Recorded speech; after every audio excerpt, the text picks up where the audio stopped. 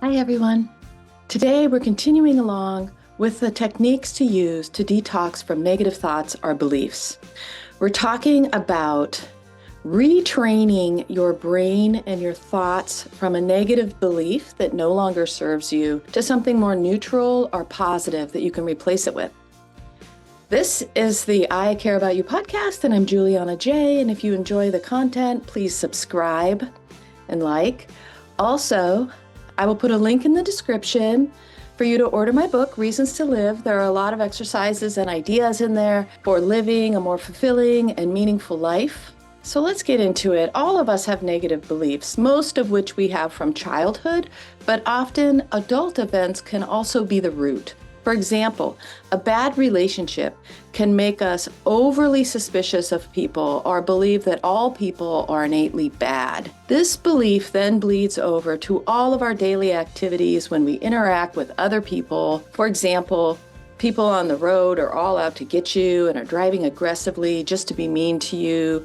People in the stores are out to rip you off. People on the street are trying to get your resources. You may even find yourself talking negatively about almost everything around you because you just don't think positively about things, and this negative experience has clouded your openness and bled over into all the parts of your life. You can become paranoid of others and develop an overall negative attitude about everything in life. One tiny thing can really bleed over into how you view life. Also, big traumatic things can do the same. And if you're dealing with those kinds of thoughts, please seek professional help in whichever modality works for you and get the support you need as you're working through retraining your brain for these more positive or neutral thoughts. This is all part of being human, by the way. It's our mind's mechanism for keeping us safe. And yeah, sometimes it's good to be suspicious and unsure and to proceed cautiously or assume the worst to keep yourself safe. But when you use it as a blanket effect, it can start to undermine your life, keeping you from positive experience, new encounters, happiness, and even hurt your current relationships. Because let's face it, it's really hard to spend time with somebody who is overall negative all the time and is very overly pessimistic. People may start to distance themselves from you just to preserve their own happiness because it's hard to be around somebody who perceives everything negatively. Then there are the negative self-beliefs, such as lack of worth, self-hatred, lack of self-love, and so on. These are not truths about you, but rather beliefs you have decided are truths. But you can change those beliefs. So how can you detox from negative feelings that are no longer serving you? Let's explore this. First and foremost, identify maybe 1 to 3 beliefs that you want to work on. Usually they're interrelated. Write them down and add what your behavior is as a consequence. It might be that you feel everyone is out to get you, so you always have road rage because people are purposefully driving to be mean to you in some way. It might be never saying hello to people on the street and never being friendly to strangers, being overly shy, or something like that as a protection mechanism. So identify the negative beliefs. Maybe you think that you aren't worthy of a good relationship. How does that manifest? Are you always leery of everyone? Do you think everyone's out to get you? If someone talks to you, do you think they have an ulterior motive? What are the things you immediately think when you enact this negative belief? Number 2, the next thing you do is next to the actions and beliefs that you want to change, write down what you would like to do instead. Maybe it's driving without getting upset, or maybe it's smiling and saying hello when your eyes meet that of a stranger. What action do you want to replace it with? And what belief do you have instead?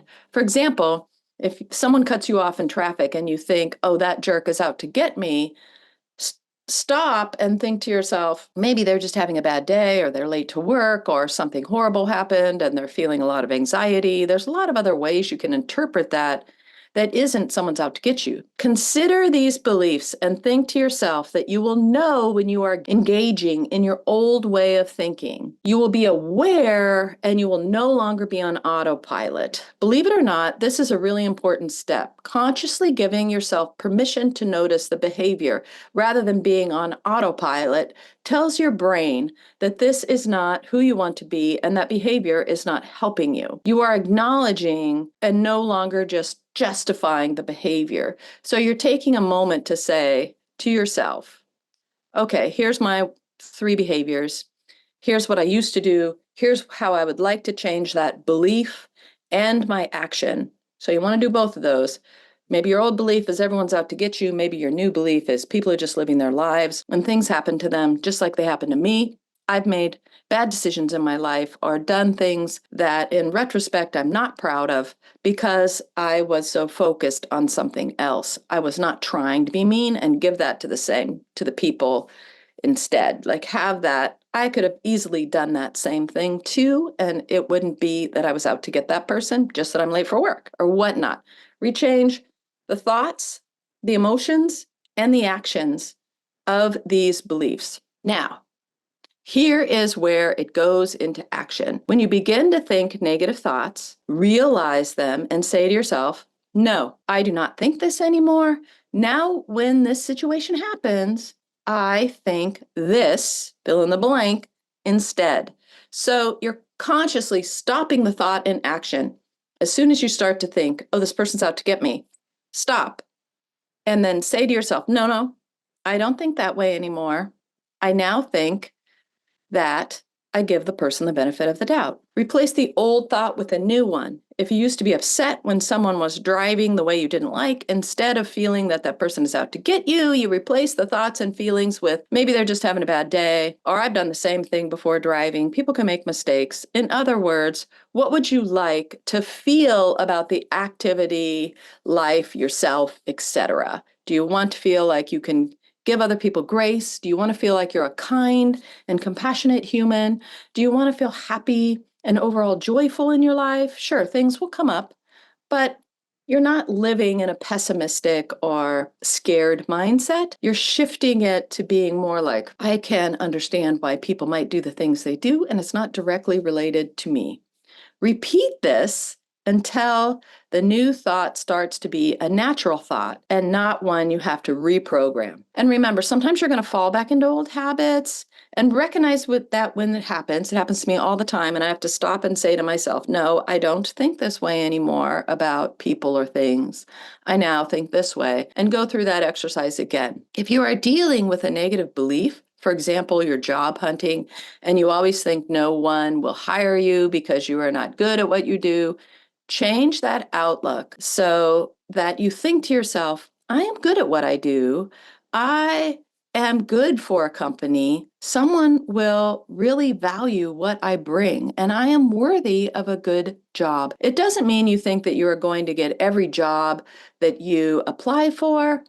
And if you don't, you're a failure. No, that reinforces the negative self-worth. But rather than thinking that you aren't worth hiring, think that you're valuable and you have a great skill set and you have a willingness to learn, and the right job will see that.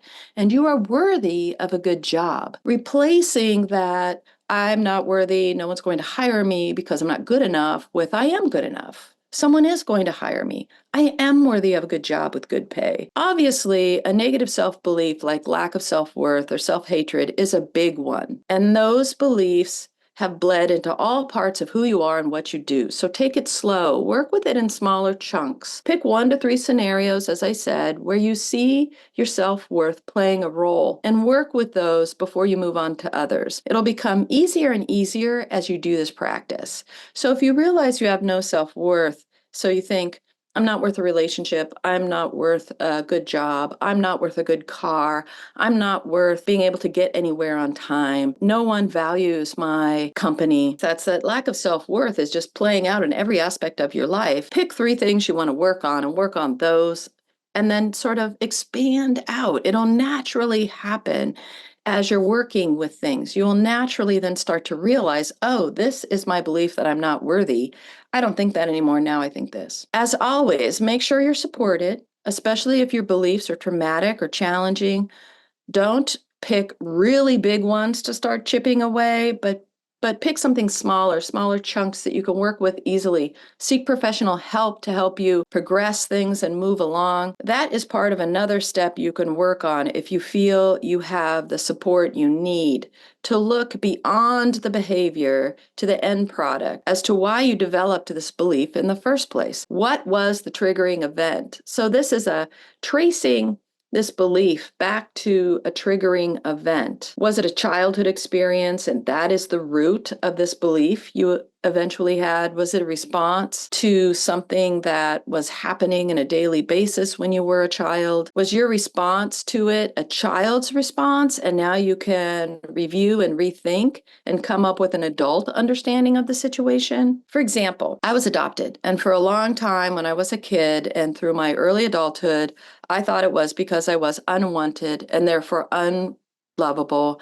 not worthy of love, rejected, not worthy of anything.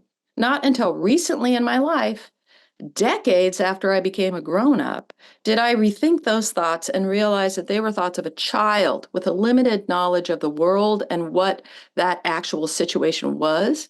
And now I can look at that and recognize all the complexities of the situation and have an understanding and compassion as an adult with adult knowledge of adoption. And to come to the realization that it wasn't me specifically, that I was unworthy or unlovable. It was the situation that my parent was in that led to this choice that they made. And maybe, just maybe, which I believe is true, they thought this was the best choice for me, and it was done out of love, not hatred. So that's kind of an example of rethinking those things with your adult mind and understanding the complexities that are there rather than your interpretation as a child and then going with that for your life. We all do it. It's very easy to do. There's so much to deal with. We take these things we learned as a child and bring them all the way through our lives without ever realizing that we need to rethink some of the things that aren't working. So let's review the steps. 1, identify 1 to 3 negative beliefs you want to work on and write them down or log them in whichever way you like, and then add your beliefs and your behavior as a consequence. 2, next to those actions and beliefs and emotions and all the things you write down about that, write what you want to change. Write down what you would like to do instead, what you would like to feel instead, what you would like to think instead. 3, consider these beliefs and think to yourself that that was your old way of thinking. You are no longer going to be on autopilot, and you are going to be aware when these things come up for you. 4, now you go into action. When the belief comes up, you think to yourself, no, I don't think like this anymore. When this happens, I now think this, whatever you've decided it will be. 5, replace your old thought with the new one. If you used to be upset about something, you now replace it with the thought you wrote down as to how you want to think, feel, and believe about it now. So you replace the old thought with the new one you've written down. 6, repeat this until it's natural for you to think the thought you want to think, feel the feelings you want to feel, and experience the situation in the way that you would like to experience it. And you're going to fall back on old ways sometimes and just recognize that and start the process. Nope, that's not how I think anymore. I now think this.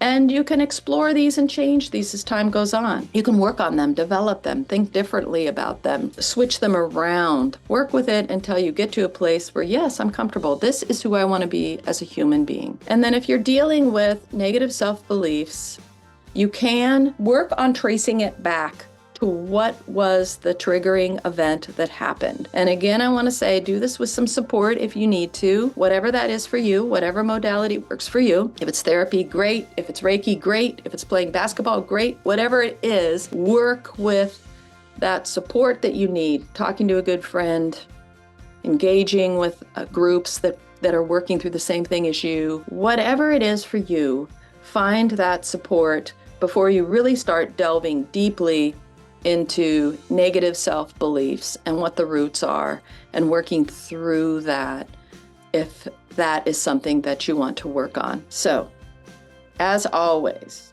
Make sure you're supported if you need it. It's very, very important. And also remember that you got this. You can do this. You are a powerful, strong, brave human being who can shift their reality into something they prefer rather than being upset about what you've built in your life and feeling like you are captive in your own model of what you've created. You can at any time step out of that model.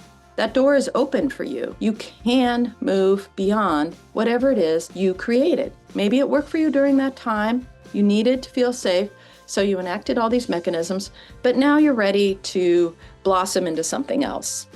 And you can do that. It's possible. Believe me, my friends, I am an example of that.